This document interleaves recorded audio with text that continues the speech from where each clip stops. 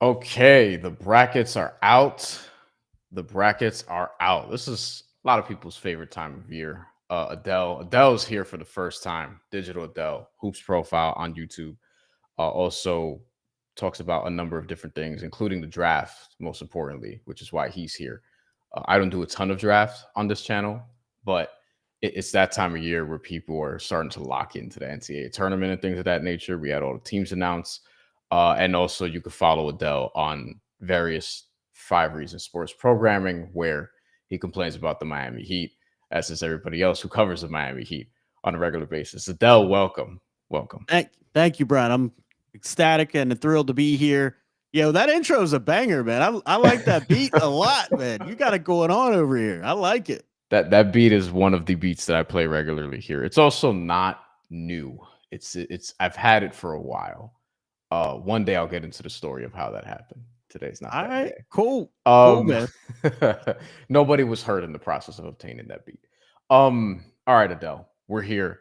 We're gonna pull up right now the actual NCAA tournament bracket. Hopefully nobody flags us. Let's But do it. they shouldn't, because this is what, shout out to CBS. They're going to be obviously one of the broadcasters for this mainly. But we have the bracket here, and we're literally going to go through every game. This is how it's going to be. It's going to be like a pass or play situation. And if you're watching this, thank you.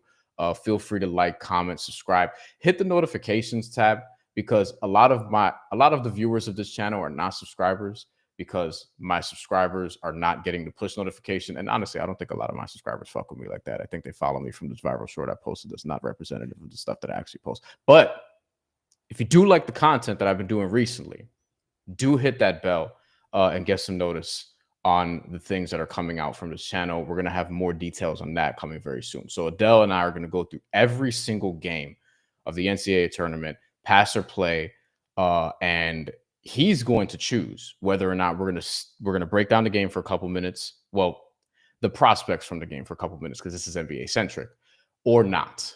Not every game has an NBA prospect, so we're not going to go through literally every game, even though I'm saying literally every game. But for example, Auburn is here in that first game in the South region. I think Auburn has a person or two worth monitoring because they're the best team in the country.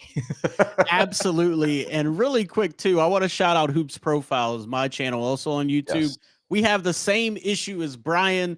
People like and subscribe so you can get notified when the content goes live. It is a thing that happens on a lot of channels. I'm excited to talk about Auburn for a couple of reasons, right? They have a player on their team that hasn't decided whether he's going to declare. I think he's going to go back to school. And so everybody looks at Janai Broom, the senior. He's a 6'10 center. He plays a versatile game for college. He has a back to the basket game. He can take you outside, hit some threes, but he's like 23 years old. So he's an older prospect, which is kind of anti-trend in this draft because there's so many young players. A player that I'm actually more excited to see in the tournament than Janai Broom, it's Tahad Pettiford. He's the one that always shows up in big moments. He's a guard, comes off the bench, gives you shades of Brandon Jennings a little bit, the way he plays, that lefty style, nice left to right crossover, can hit threes. But the key for him is he's the one that shows up in big moments, him and Janai Broom. Familiar with Pettiford, obviously, because kind of local. He played at Hudson Catholic for a while, from Jersey. 11 points per game, as you mentioned. He is kind of a heat check guy also, which coming off the bench, that's kind of what you are. If you're getting buckets off the bench, oftentimes you're a heat check guy. I don't think that's a diss, though. I think that makes him interesting. I wonder if he is going to enter, given his role, given that he's a freshman. Right. And in this NIL world, you're not as sure with certain dudes. We're going to get to that because that might be a little bit of a theme as we progress here. But Auburn is really interesting just because, one, we expect to see them for a long time. And two, Johnny Broom is obviously going to get a lot of attention for his scoring, his rebounding, his shot blocking on the inside. Don't know where he's going to go in the draft. I've seen him mocked late in the first round because the game is kind of, I guess, old school, if you want to call it that. And also he's been around for a long time. And these guys don't tend to go. Yeah, for people who don't know, this is his 5th year as a starter in college basketball. He played at Morehead State previously. His last 3 years, he's been at Auburn. Matt Hannafin checks in. What's good? Matt, thank you for joining. Okay. I think, yeah, we're not going to spend too much time on every game because we got to go through this. But we have Creighton, Louisville next. Louisville's 8, Creighton's 9. This is in the Southern region. Pass or play on this one. Do you care about this from an NBA draft perspective? I do care about this for Creighton. Creighton has a center who's also ancient. Let me preface this. The average draft age in this class is like 19 and a half, right? Jeez. There's a lot of freshmen in this draft. Ryan Kalkbrenner on draft night, according to Tankathon, will be 23 years old on draft night. 23 and a half. So when the season starts, he's going to be very close to 24. He's 7'1". He provides you with excellent shot blocking. 252 pounds allegedly. He looks a little bit thinner than that to me. I agree. Yeah. But he's been in college forever. He doesn't really stretch the floor. He shoots 33% from three. I mean, I guess that's a little bit, but he'll rebound for you, block shots. So in my opinion, he's a career backup. I could see him sticking in the league because of his defensive prowess and his ability to finish around the basket. But he's been in college for a very long time. Yeah, and some of these productive seniors, they tend to, if they're not going to get drafted at all, or if they do, they tend to go like late second round, for example. You have to really pop in order to go early, like a Dalton Connect that we saw last year, for example, went in the first round. Jaime Jaquez before him. I don't know if anyone from Creighton has that, but that's not to say like a Stephen Ashworth, for example, probably ends up somewhere in like a undrafted situation. Maybe he's a even UDFA. But he's a UDFA. Maybe second round at best, but he's likely an undrafted guy. But I mentioned him because I actually think he could be interesting if he does land in like a training camp deal somewhere. Anyone in Louisville or nobody for Louisville this season. Okay. It's unlike Louisville, but I would agree with that. All right, Michigan versus UC San Diego. Absolutely, man. Michigan has my guy, Danny Wolf. He's a 7 foot big, 250 pounds, but he handles the ball in the perimeter like a guard. I made this popped into my mind today thinking about Danny Wolf. Kelly Olynyk looks like he's stumbling all the time and he accidentally makes moves, you know? Yeah. Danny Wolf is Kelly Olynyk, but he actually makes his moves on purpose. Like that's Danny Wolf. And so he can shoot a little bit, 35% from three on 3 attempts per game. He rebounds extremely well, almost 10 boards per game, about 4 assists per game. And he'll block shots for you also, about a block and a half a game.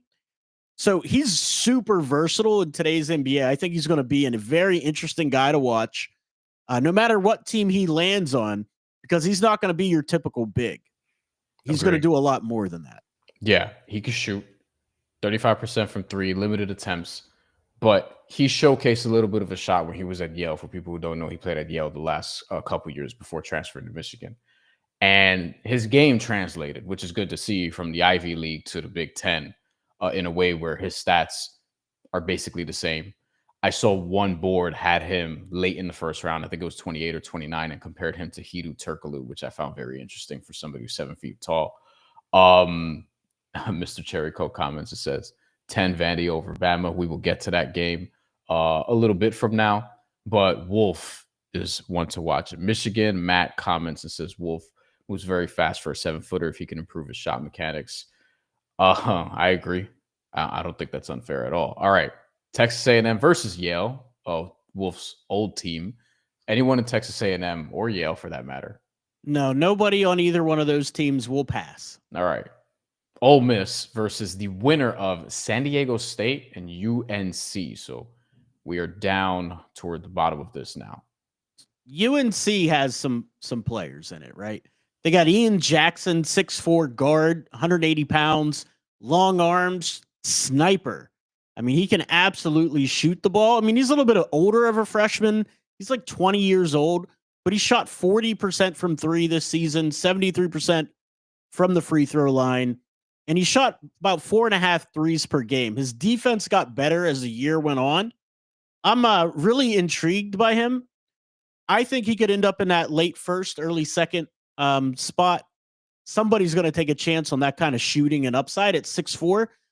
I also want to preface there's going to be a lot more information we're going to find out at the combine. This is true. Because some players are listed at 6'4", 6'5", and they come in at 6'2", and it changes the evaluation. This is very important for a couple of lottery players or projected lottery bound players. This is very important for a couple of them that we're going to get to. We haven't gotten to that side of the bracket yet. But as I was taking notes leading up to this, and there's a couple of dudes who are listed 6'3" or 6'4" that they better be 6'3" or 6'4", right, or their stock might take a hit. It's unfair because I'm somebody who pulls for shorter players. North Carolina also has, out of curiosity, RJ Davis. Do you think RJ Davis, who is a highly successful college player, has any NBA stock at all? No, I'll be honest. Like RJ Davis had a really rough season, the whole season. That's true. Until the conference tournament. Yeah. And a lot of it is because of his limitations. I mean, he struggles really getting to the rim against better athletes and better competition. And he's not great at finishing at the rim, typically against better length and athleticism. And if his shot isn't there, he just doesn't have a lot to offer because he's not a great facilitating guard. One thing that Ethan Skolnick and I did from 5 Reasons Sports on a previous episode, we contextualized what a franchise leading guy has in common as far as measurables to get back to that conversation. And there's like certain weights, wingspans, things that you want to look for in those guys, hand size, for example, that they all share, those elite guys in the last 10, 15 years. And so that's a very interesting case study. So that stuff is, like you mentioned, going to be very important for several of these guys at the top of the lottery. I think we can move on from Ole Miss, San Diego State, North Carolina at this point. With respect to Ole Miss, they don't really have anybody. I also think Drake Powell from UNC is probably going to go back to school. Yeah. I agree with that. Or at least he probably should. Iowa State, Lipscomb. This is really an Iowa State question. All due respect. Anyone from Iowa State? Iowa State doesn't really have anybody on my radar that I thought was going to get drafted. They have some good players and they make up an overall team. I mean, maybe the center, Milicic. This is a pass for me. But he's a sophomore. So, yeah, it's a pass for me, too. I don't really think he's going to get drafted. Okay, Marquette, New Mexico, which means Cam Jones, ?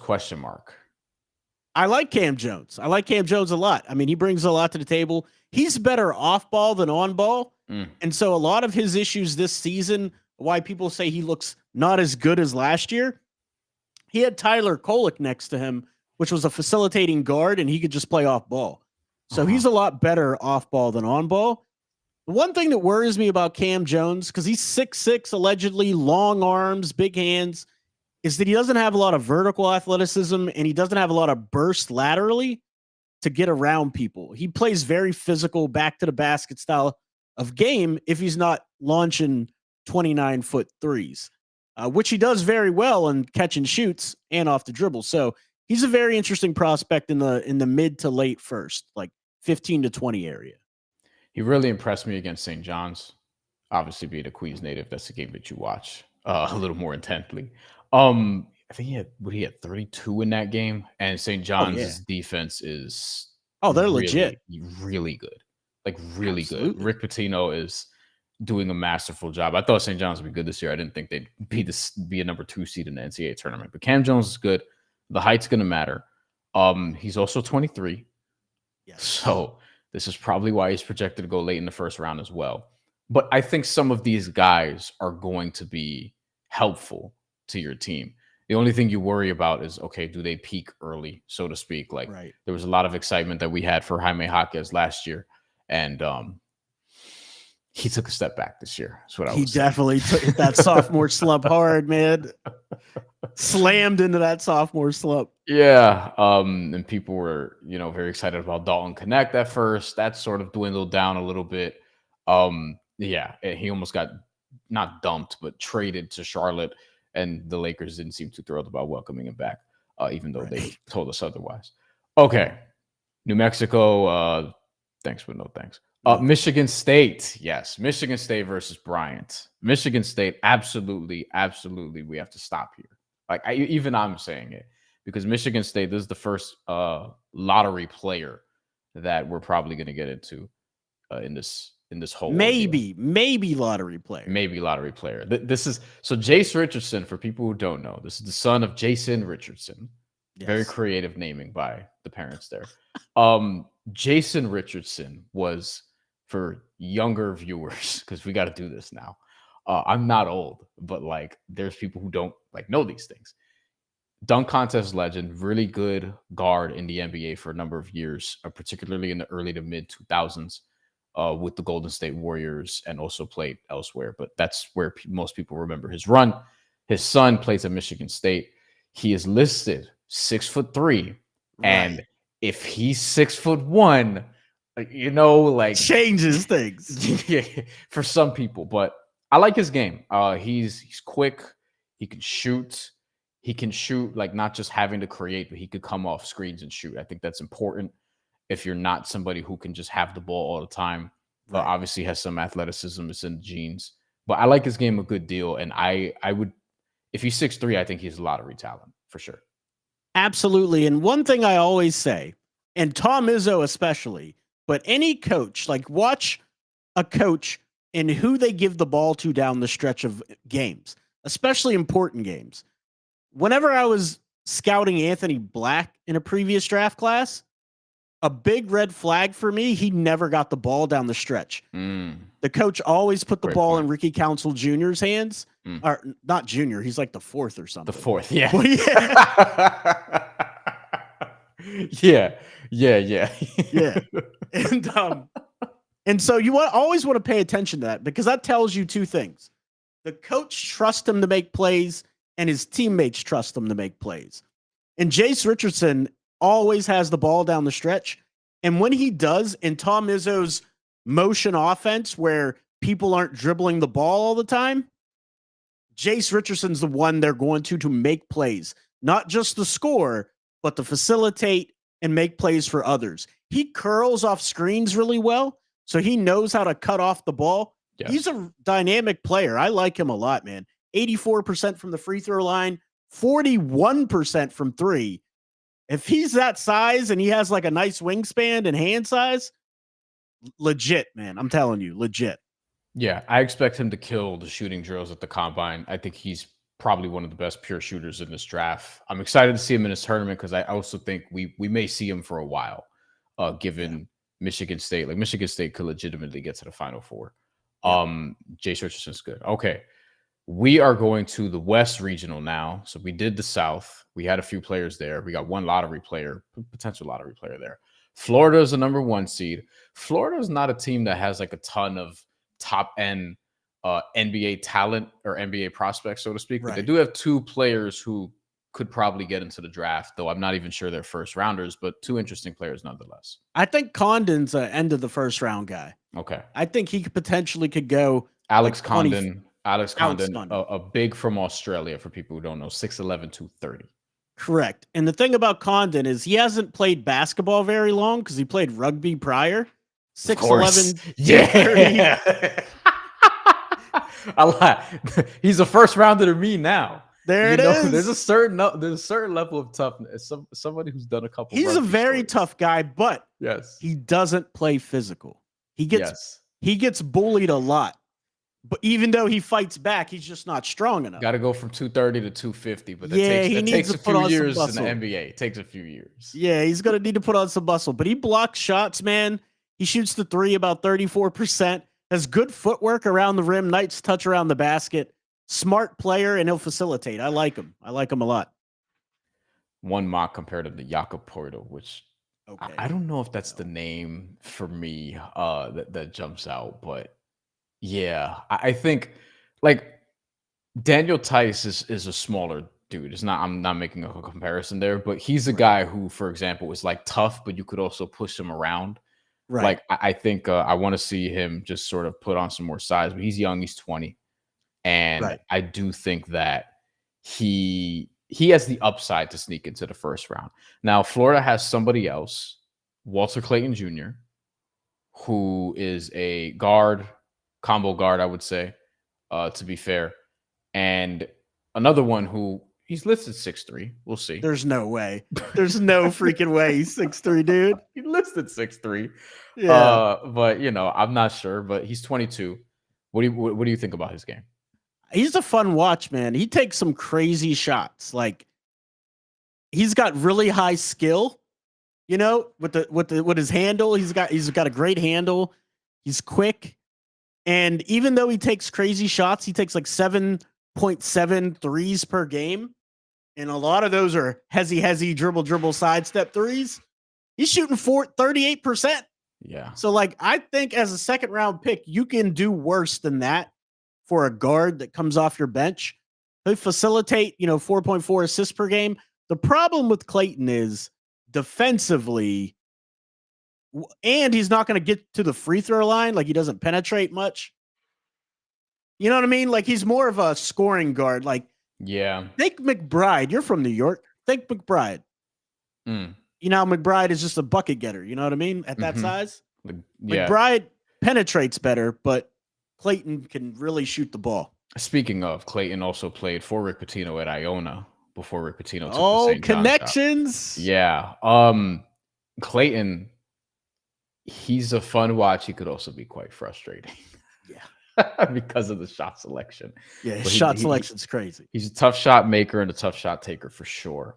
Florida has a nice little path in that first with respect to Norfolk State. Right. It's not a given that they beat UConn or Oklahoma, in my opinion. Speaking of UConn or Oklahoma, I think this is a stop here because we actually have there's a few guys in this UConn Oklahoma game. Yeah, so we're here now for people keeping track. West 8-9 seed, UConn Oklahoma. Who stands out to you the most? Because there's actually a few guys here we could be. Well, one is Jeremiah Fears is the best player out of all of those guys. The run he's been on, the growth, right? You also want to look for growth. And the growth in his game from the beginning of the season to now is by leaps and bounds. His ability to finish at the rim and through contact, he wasn't able to do that early in the season. Now he can, and he does it really, really well. And he's faster than anybody else on the floor. His shot, that J needs some work. He's got to follow through higher. He's got a very low release. He kind of pushes the ball instead of shoots the ball. Does he remind you of Jaden Ivey a little bit because of the size and speed combination? And we had a lot of questions about Jaden Ivey's shot coming out of college, which is, I feel like it's actually gotten better since. But does he remind you of that? He reminds me of Markelle Fultz. I don't think that's better. That's who he reminds me of. But Fultz, his issue was mental. You know what I mean? Like, he hurt his shoulder, and then all of a sudden he didn't want to raise his arms above his head. The shot was never quite there with him either. Fears is interesting because there's a world where, because of the potential playmaking, I'll say, because I don't know to what degree he's going to be like an awesome playmaker, if he's going to be an awesome playmaker or whatever the case may be. But I think he has the upside to where, if you look back 5 years from now, depending on where he goes, because it comes down to fit with a lot of these dudes, and he's a projected lottery pick. He's another one where he's listed 6'4". We'll see. We'll see. But 27% 3-point shooter. Athleticism plus, like, absolutely.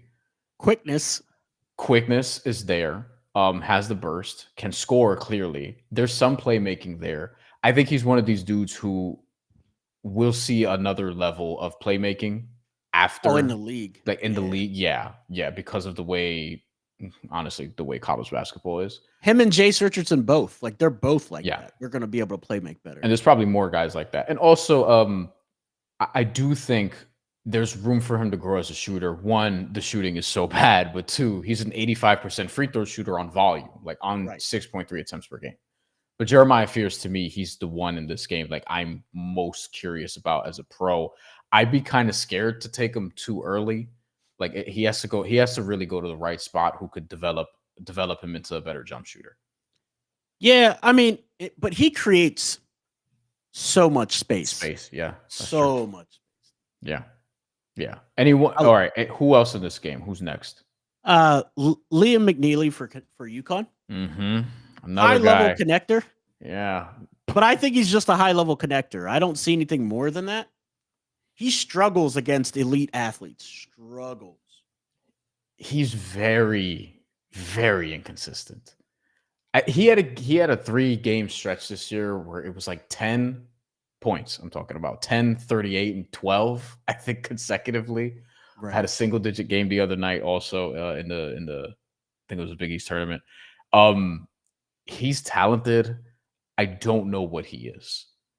He's very streaky. He's a glue guy connector. Picture a guy that's going to give you 3-point shooting. He's going to facilitate on secondary actions out of the short roll or beating a closeout, but he can't really handle ball pressure well. He doesn't penetrate well against better athletes, and he lives at the free throw line in college. Do you think it's a given that he enters? Yes. Okay. Yes. Not even a 40% shooter from the field in college. That's always worrisome for me. It's not a hard and fast rule where it's like just because you're that in college, like yes, guys can develop, guys develop differently. Liam McNeely is one of the, I would call him a lottery talent because people have put him there. Right. He would scare the shit out of me to take him. I wouldn't take him in the lottery. That I high. Wouldn't. Not for a high level connector. He's more of a project to me. But yeah, I don't even think he's a project. Like I know what he is. I don't feel like I do fully. I get what you're saying, but like I know what it is, but I don't know what like where his foot speed's a problem. His ball handling's a problem. Finishing through contact is a problem. What did I do to draw balloons? YouTube. Like what's going on here? Actually, that's not people YouTube. Are celebrating you. Program. Yeah, I wish. If that, you know what, I'm not going to make the joke. There's one more in UConn. I think this is probably worth getting into. We have a big, not a big combo forward, I would say, Alex Caravan. Yeah, he's another connector guy. Like he'll come in off the bench, give you good offensive minutes. Won't do much on defense. Good positional defender. Isn't going to beat anybody off the dribble, but he can attack the close.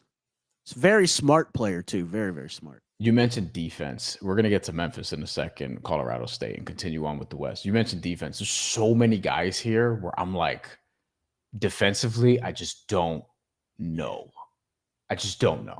Right. You know, there's so many guys in this draft. We'll get to that. Memphis, Colorado State, 5-12 in the West. Anybody here? Haggerty's not coming out. That's the one guy on Memphis. Yeah. Colorado State has Nick Clifford. He's going to surprise everybody in the tournament. Okay. This is my upset special. Is Colorado State beating Memphis?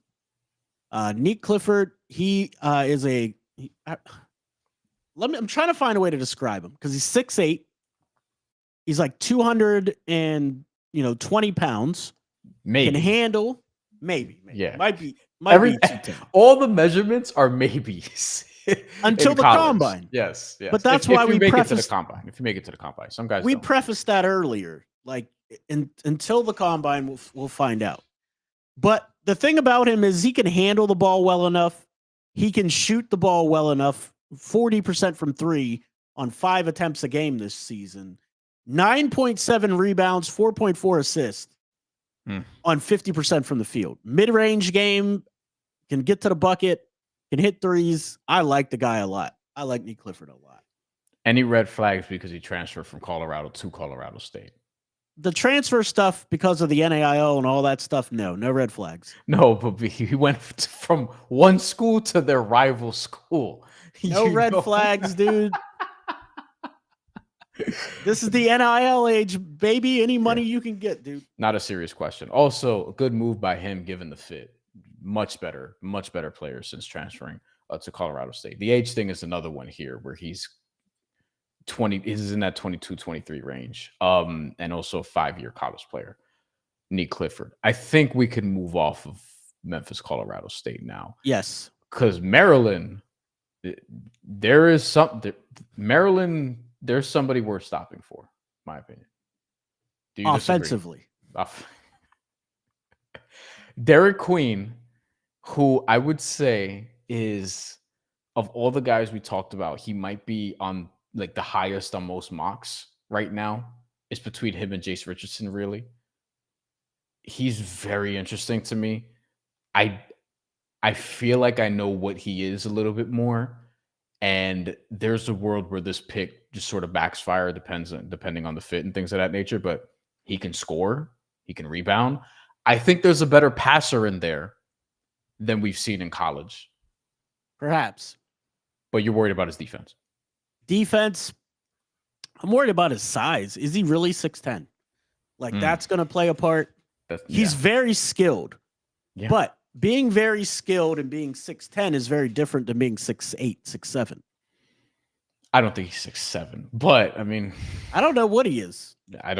Yeah. So 16 points a game, 9 rebounds, 2 assists. Yeah. I think in college for bigs, like college is not always forward thinking in terms of the coaching, but you don't see, like in the NBA, you're starting to see more bigs, and you have seen more bigs get 4 or 5 assists regularly per game and things of that nature. I think he has the ability to do that. I think he has the feel to do that offensively. And he can really handle the ball. Yeah. Like, I think he could do some of those things. Also, the 3-point shooting is not there, but the touch from the free throw line is there. So maybe that's something that comes along. He's 77% free throw shooter on 6 attempts. His form's pretty ugly. Yeah. But that's the thing. If you're able to, like, he can make a slight adjustment and potentially improve. I wouldn't count on him being a knockdown shooter at any point. It's like, if he becomes a better shooter, great. If not, whatever the game. It's going to come down to his work ethic. Yeah. And also what his size is, because if you have to play him at the 4 or like a real small ball 5, that's tough. But I like him. I like him more than most of the other guys we've talked about. He's not my number 1 big in this draft either. I don't think he's mine either, but I do like him. I like one mock draft had him at 6, which I feel like is a little ambitious. It's insane. Probably not the only one either. There was another one. Yeah, I've seen it too. Yeah, there's another one I saw in the top 10 where I was like, but we have time before that. Like Anthony Black got drafted really high too. So that happens. I liked his game in college, but not. I didn't. When he got drafted that high, I was like, ooh, I didn't like him that much. Right. I was a little worried about that. Okay, we can move to Missouri Drake. Pass. Yes. Texas Tech? JT Toppin. Yep. Tell me about him. JT Toppin, power forward, great back to the basket game over his right shoulder. He'll shoot a jump hook every time. Literally every time. It goes in almost every time. That's his whole game in hustling. Yeah. JT Toppin. How many Toppins are there? Jesus. Dude, I'm struggling. Hold on. I'll rift a little bit. I'll be right back. I'm sorry. All good. JT Toppin, who we just mentioned, second-year college player, played in New Mexico last year. He was pretty good. He's been better since transferring to Texas Tech. Doesn't always happen because, when you go into a tougher conference, typically the competition does elevate. But for him, he's been able to navigate that pretty smoothly. The shooting percentage did drop, but he's been a lot more relied upon, a lot more active in the minutes that he's gotten. 26 minutes per game this year and last year. But he's jumped his scoring from 12 to 18 points per game, which has been very noteworthy given that he's playing for Texas Tech as opposed to New Mexico. The shooting percentage is down, but that comes with playing in a tougher conference, playing with, more physicality against guys who are bigger, better athletes and things of that nature. Probably could sneak into the first round, potentially. He's another one where the size will kind of matter here. He's listed 6'9", 210. If he is in fact 6'7", then that may change how people feel about him because to this point, he has not demonstrated to be a knockdown shooter or much of a shooter at all. They also list him at 225, and he looks way skinnier than that. Yeah, I see 210 on Sports Reference. It's weird, like the ranges. There was one player, I'm forgetting who it was, legitimately. One site had 220, one site had 200, one site had 180. The same guy. You're like, and this is somebody who's 6'5", 6'6", so that kind of matters in terms of where he was actually 221 at the combine last year. I just looked it up.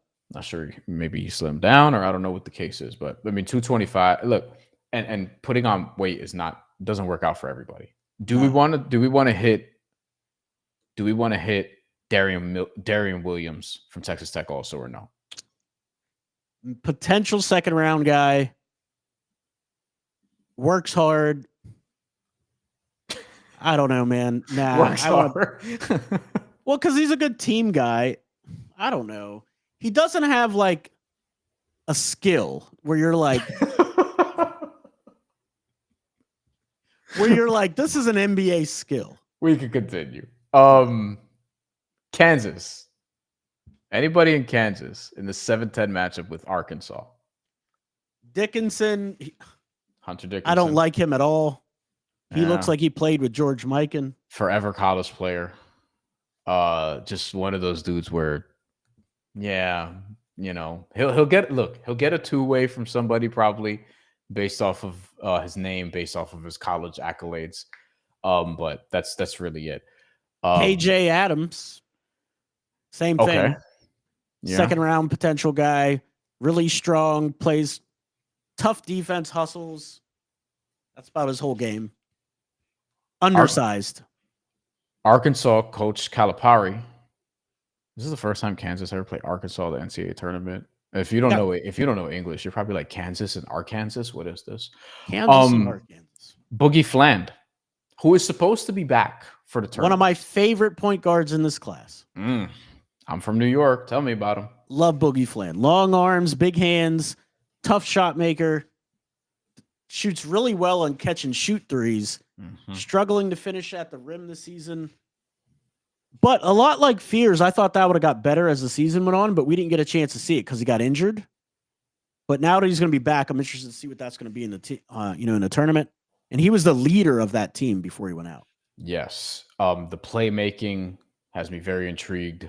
His assist to turnover ratio for college is great. Fantastic. There's a lot of guys you see who are point guards in college get 4 or 5 assists per game, but they're averaging 3.5 turnovers. Some guys that we've talked about, actually, the high turnover rate. Boogie Fland is not that. He's not even averaging 2 turnovers a game, and he's at nearly 6 assists, which is tremendous. The playmaking is there, as you mentioned. The shot from 3, I think, is good. Otherwise, finishing ability, we'll see. And I do think he's going to be in the first round.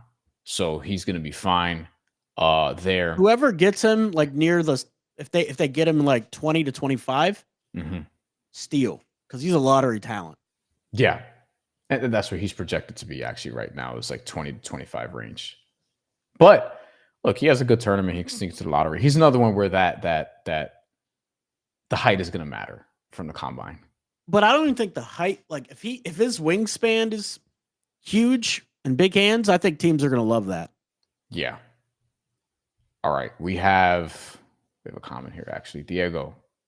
Thank you, Diego, as always, for checking in. I like the Pettiford Brandon Jennings comp. That's from a little bit earlier. Comments, questions, super chats, always welcomed here. We will wrap up the West before we can breeze through the rest of this here. St. John's versus Omaha. St. John's. Anybody for you? For me, there is somebody. But for St. John's, I liked Kadari Richmond for a very long time. But he's very old.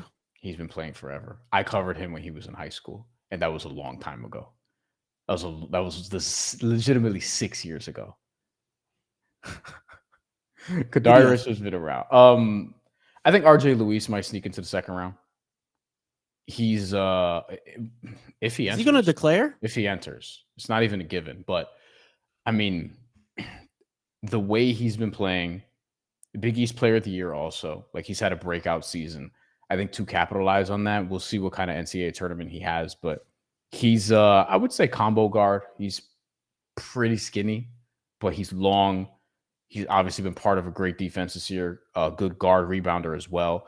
I would like the shot to be a little bit better. If he does declare, I think he gets drafted. If he doesn't, though, then he could obviously raise his stock next year in what should be a not as good of a draft class, I don't think, as this one. Still a good draft, but I think he can benefit from going back. I think he goes back to school. Yeah. I don't think that's crazy at all. Okay. Let's go to, we're in the East now. Duke, Cooper Flag. He's not alone either. They might have 3 lottery guys in this team. He's not alone at all. Yeah. I'm going to stand up for a second. I'm sorry, dude. I'm struggling. So I'm going to do this without my camera at the moment. Yeah, Dell's got a little bit of an injury he's working through here. But Duke, we have Cooper Flag, who is projected to be number 1 overall pick. We also have Kaman Maluach, who is from South Sudan, who I was very, very interested in seeing for the World Cup last year, the World Cup 2 years ago, in the Olympics last year. He didn't play a ton in either. We saw him more in the Olympics because he's gotten older, but he's raw. Who to you, other than Cooper Flag, unless you want to talk about Cooper Flag, you're welcome to, but who intrigues you the most from Duke? Knipple, 6'7". Yeah, it happens. Amazing last name. But yeah, for the first, for the first 5 times I said it, I just couldn't say it. Yeah, big guard, Knipple, 6'7". Probably the toughest player on the team. Gets all the loose balls, does all the dirty work. Brick wall defensively, on the perimeter, on point of attack defense. Slow feet, but he's so smart it doesn't matter. He beats you to the spot anyway. Shoots 40% from 3. Rebounds a little bit, facilitates a little bit. Without Cooper Flag, he was the one throwing all the lobs, the Maluach, on the pick and rolls. He continually beats the closeouts. I love Knipple's game, dude. Love it. Flag, Maluach, and Knipple might all go top 10. It's not even. And Tyrese Proctor could go the end of the first or the top of the second. And Tyrese Proctor's another one, yes. He's not getting as much recognition because of his teammates.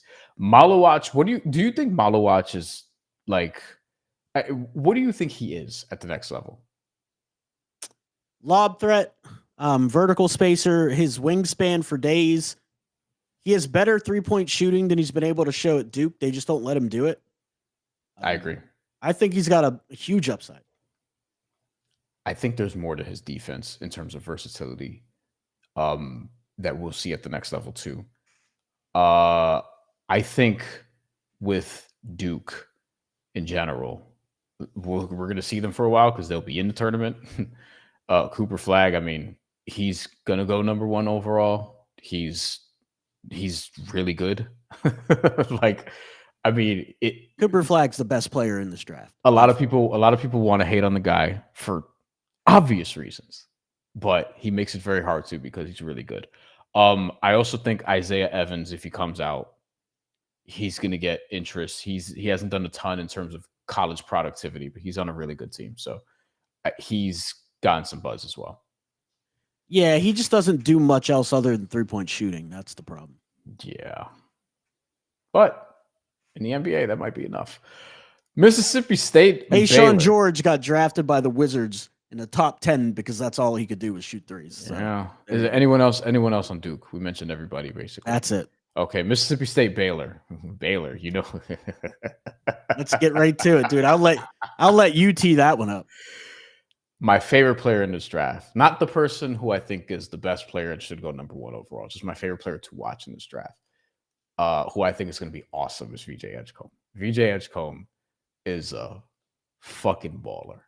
VJ Edgecombe is, I think, going to be one of the best players in this draft, easily. He can do a little bit of everything. The one thing that I've been worried about is the jump shot, and the jump shot has shown progress in college, has shown a good amount. I think he has to do more heavy lifting on that team than I expected. Also, you mentioned late in games in terms of guys who gets the ball late in games or whatever. He does that. He's been playing at a high level. I'm familiar with him because Long Island Lutheran here in New York, one of the best schools that we have. It's on Long Island. He was excelling there. He played for the Bahamian national team last year in Olympic qualifiers, and he was awesome. He was dunking on grown men. He was trying to dunk on grown men and drawing fouls. He was also out there in fourth quarters with DeAndre Ayton, with Eric Gordon, NBA players, and making plays. And he's just a dude who makes plays. He's just a baller. And I think he's going to be a well-rounded, prototypical modern 2 guard in the league. and hopefully his jump shot is consistent from 3. Yeah, I echo all those sentiments. The only thing I'm worried about is I don't think he's 6'5". I will take 6'4". If it's 6'3", he better shoot that shot like effectively. Like And he better have long arms. The shot better be there. I think, yeah, I'd be surprised if his wingspan is not like at least plus 3 inches. He's listed 6'5". I don't know what his wingspan is. We'll see in the combine for sure. If it's 6'8", awesome. He's the best athlete in this draft. Yes, I think he's a nice candidate to be in a dunk contest next year. You know, easily. Like he's somebody who's like he's gonna be a league pass guy. Like people are gonna want to see him on league pass or whatever. I think he's gonna win a lot of people over, and hopefully he's in the tournament for a long time. I love the fact that Duke and Baylor could play each other in the second round. Like that's must see TV for like if you're interested in the NBA draft at all. Anybody else in this game between Baylor, Mississippi State? Nope. Oregon, Liberty. Anyone Nope. here? No, I don't think so either. Arizona, Akron. Arizona. KJ Lewis, if he decides to declare, but he had a horrible season, so I think he goes back to school. Carter Bryant? ? Nah, he's too raw. He's gonna go back. Yeah, he might. I saw one. Caleb Love, man. And Caleb Love is another one. Yes, he's been there forever. Well, he's been in college forever. He's never met a shot he didn't like. He'll get a shot based off name and college credentials. UDFA maybe. Yeah, but I don't think he's not a first round pick. Second round, maybe. We'll see. BYU versus VCU. So Jaeger Demine early in the season. Yeah. For those that don't know, 6'9" guard from Russia. Really hyped up. Played awful all season. Should go back to school. That's my opinion. The jumper is not there. It's giving, if I can use that term. Am I too old to say that shit? It's kind of Josh Giddey-ish, maybe. Yeah. I'm trying not to compare a tall white dude who can't shoot. And he's not that athletic. He has no vertical athleticism at all. Like, yeah, like it's one of these. I'm higher on European players and international players in general than most people because I think for a number of different reasons, I've covered this on the channel already. And I will again this summer as we talk about Eurobasket, the AmeriCup, Asia Cup, Afrobasket. But sometimes you can kind of see the flop from a mile away. Yeah. This is one that would worry me, especially if the jumper is not there. And VCU doesn't have anybody for you, right? Nope. Wisconsin versus Montana. This is a Wisconsin question. No. Pass. St. Mary's, Vanderbilt. Pass. I agree. Alabama, Robert Morris. So Robert Morris, shout out to Pittsburgh, man. That's where I'm originally from. Is really right outside of Pittsburgh, about 45 minutes. So I've been to Robert Morris many times because of my former job at St. Francis, Brooklyn. Okay, nice campus. See you. Nice campus. I love their court. I love their court. I love Robert Morris's court. Just driving to Pittsburgh sucks. That shit is far from New York. Nah, it sucks. Alabama though. Mark Sears. Yes. Strong as a bull, gets compared to Brunson all the time. Also hasn't met a shot he didn't like, but he'll take and make tough shots. I like LeBaron Philon, man. He's a guard, comes off the bench, good point of attack defense, plays the passing lanes.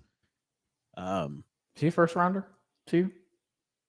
Yeah, he's a mid-first guy, mid to like 16 to 20 guy.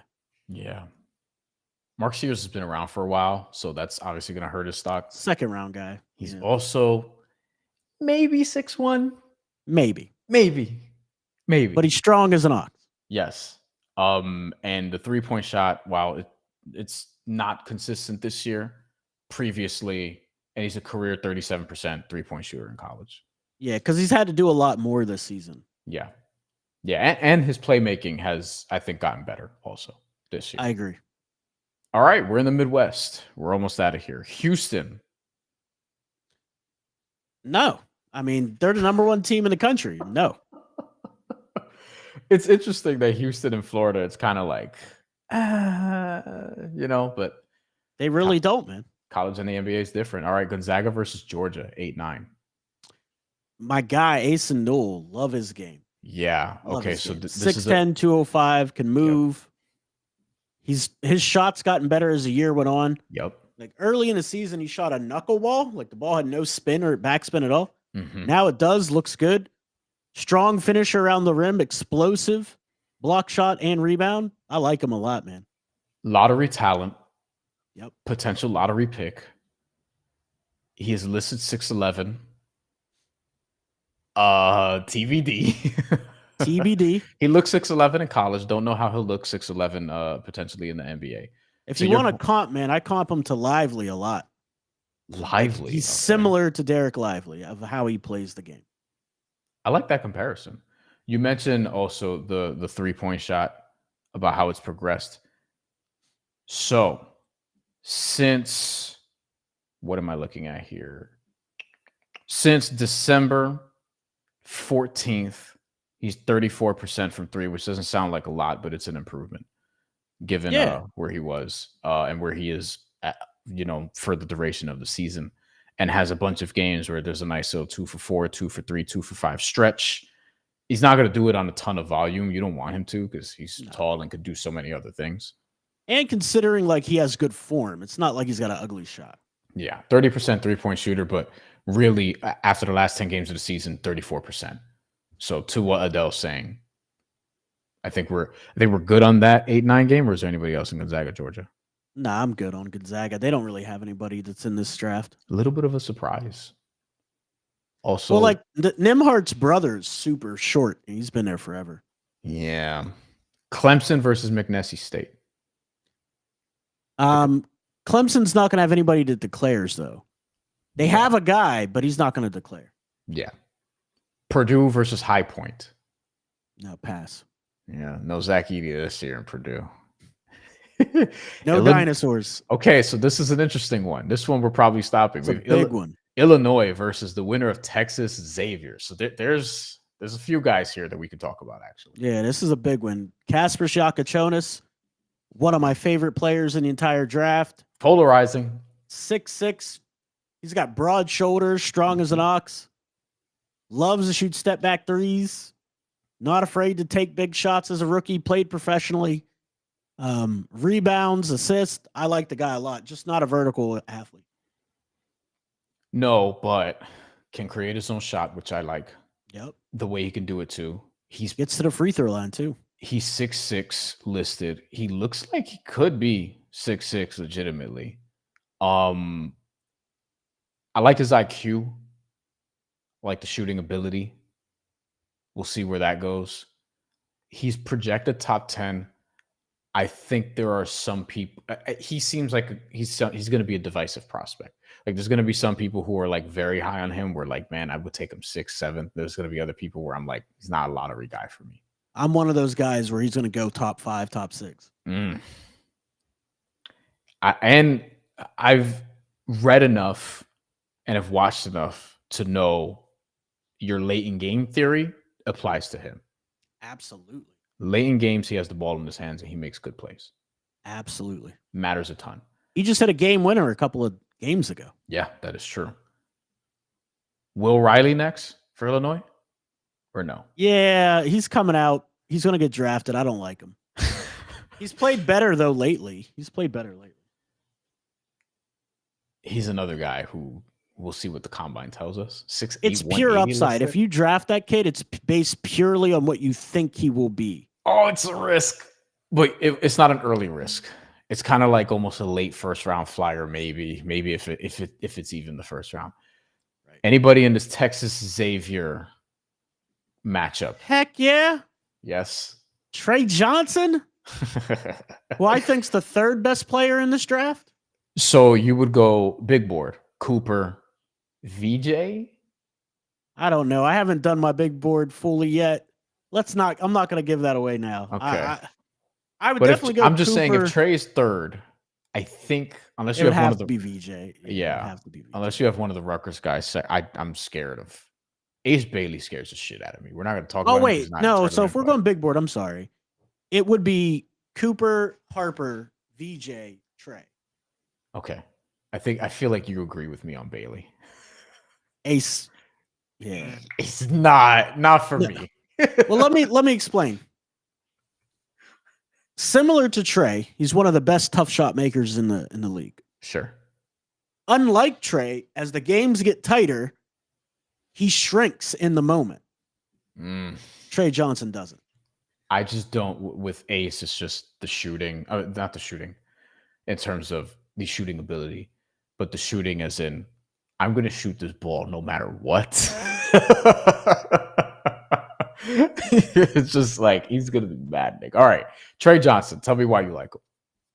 6'6", one of the hardest workers in the entire SEC. One of only 4 guys to ever lead the SEC as a freshman in scoring. The leader of that team as a freshman, and his coaches, I heard this on a broadcast. The coaches said he works too hard. They got to stop him from coming out early to games and working before games. He is arguably the most classic wing scorer, shooting guard, like just pure shooting guard in this draft, I think. Shooting nearly 40% from 3, can do it off screens, could create his own shot, could get downhill a little bit also, although I think he's going to be mostly a shooter. We'll see how often he gets downhill, but obviously he facilitates better than people think too. Yeah. I would be excited to take him 5th, 6th, something like that. I like Trey Johnson a good amount. I also saw one comparison to Allen Houston, which I was like, oh, that's beautiful. That's who I modeled my jump shot after as a kid. I love Allen Houston. One of my favorite players ever, Allen Houston. And I'm a Heat fan, and I love Allen Houston. I'm a New Yorker, so Allen Houston was one of my first favorite players. Just pure jump shot. Trey Johnson, if he's that, take it. That'd be great. Anyone else from Texas Xavier? No. All right, we're almost done here. Kentucky versus Troy. Kobe Brea and Owe. I'll take Owe from Kentucky. Not as much Kentucky talent. No. Perhaps for obvious reasons. But do you want to expand on either of those?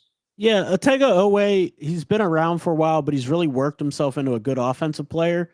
Amazing on-ball defense in the style of a Jimmy Butler, for example. Ooh. Not saying he's going to be Jimmy Butler, sure, but he's that type of defender, like the way he defends. And he's built like that. He's got a very NBA-ready build. His offense is an adventure. His jumper is ugly. Yeah. But he's working on that too. You never underestimate a hard worker. So I don't know if he's going to declare, but he's one of those guys you take a flyer on because of his work ethic. Yeah. I think we can move off Kentucky versus Troy. It's weird. Brea is just a 3-point shooter. Like, that's all he is. Yeah. It's weird. It's weird not having like 7 guys from Kentucky to talk about. Right. But Calipari, once he builds Arkansas, we'll see. Okay. Last couple matchups here. UCLA versus Utah State. UCLA is nobody for me. Neither does Utah State, really. And I thought Sky Clark would be something, but probably should have stayed at Louisville. That's a transfer that Mistakes were made. Yeah. Like, he's doing what he has to, but in terms of helping out his NBA stock, I don't think he did that at all. And finally, we have Tennessee and Wofford. Chaz Lanier, 3-point shooter, shooting guard, good size, 6'5". Handles, gets to the basket. I like him a lot. Late first round. Good defender too. Tennessee's a team that could play a lot. I will just take the opportunity to say that I am a big advocate of Zakai Ziegler. I know he's not going to go first round or anything like that. He's probably not going to get drafted at all because he's maybe 5'9", maybe 5'9", but somebody's going to give that dude a look. He is ridiculously talented defensively for his height. I agree. But he's still a UDFA. Yes, it's just the shot. The shot's not there. And that's the thing. Like, you can't, if you're this is Tyler Ulis dealt with the same shit where the shot wasn't consistent enough, even though he was 5'9" and an excellent defender. It's like, man, you almost have it. You have the playmaking, despite the height. You have the playmaking, you have the defense. You need to be able to shoot. It's the best of the best when you get to the NBA, man. Mm-hmm. Different ball game up there. I hope Zakai Ziegler is an NBA player. Okay, we did it. Let me ask you something: Clayton Jr. or Ziegler? Ziegler. Wow, Clayton's going to get drafted. Yeah, Ziegler, but I'm biased. Oh, you're biased. Ziegler's like from New York, Puerto Rican, like my height. Oh, you know what I'm saying? I try to abide by journalistic integrity and not be biased. But for the purpose, not on that one. We're 1 hour in, so it's fine. We're also about to wrap, and none of y'all probably gonna like care to rewind this part, so it's fine. See, this is shit like this I could say before this channel actually makes like real progress. There like, it is. Hopefully it gets to a point where like, we're actually doing shit and, but right now, like this was good content, man. People should want to watch this. I agree. But, we're up against millions and millions of other people who are just better at shamelessly promoting themselves.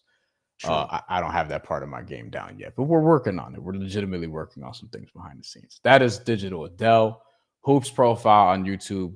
5 Reasons Sports as well. Hear him there on Heat, post-game shows, playback, and follow him for his draft coverage because there will be plenty of draft coverage leading up to the draft. The draft is 3 months away, so you have plenty of time to tap in. And if you were here, thank you for watching. Remember, like, comment, subscribe, hit the bell for notifications because YouTube, it's a monstrous app, so it's not going to be able to tell everybody when people are going online, but we do lives here, so want y'all to stay tuned for other things that we got coming. And with that said, we're done. We're out of here. Thank you for watching and continue to support.